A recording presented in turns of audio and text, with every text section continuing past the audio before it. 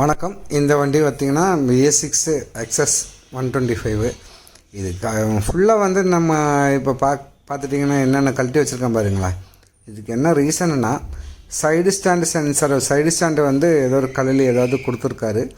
Side stand சென்சாரை வந்து இதாகலை, start ஆக மாட்டேங்குது. ஆனால் அது என்கேஜ் ஆனால் மட்டும்தான், சைடு ஸ்டாண்டு எடுத்தால் மட்டும்தான் வண்டி ஸ்டார்ட் ஆகும். அப்போ சைடு ஸ்டாண்டு எடுத்தாலும் இது வந்து ஒர்க் ஆக மாட்டேங்குது.